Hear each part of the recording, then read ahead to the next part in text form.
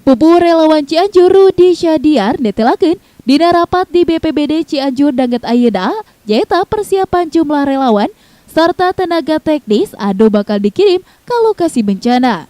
Rupi-rupi organisasi di Cianjur numutkeun anjeunna siap ngirimkeun relawan anu pangsaena. Aranjeunna milih dikirim ka Donggala kumargi di ditu informasina teu seueur aya relawan serta lokasina anu susah ditembus.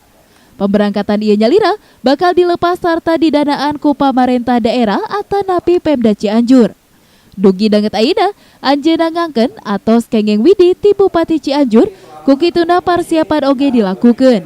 Pemda atos setuju anapun tenaga anu bakal dikirim diantarana tenaga medis ti Dinas Kasehatan atanapi Dinkes, tim evakuasi ti Taruna Siaga Bencana atanapi Tagana, serta tim logistik di BPBD. Pengiriman atau 3 pengiriman ke sana.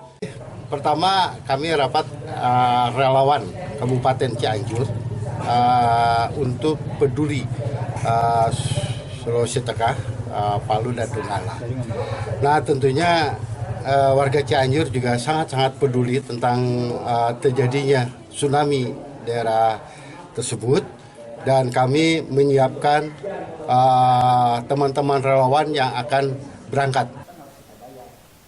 Satacan diangkatkeun, Rudi ngajelaskeun pihakna masih bakal ngalakukeun upaya penggalangan donasi kanggo korban bencana di Donggala.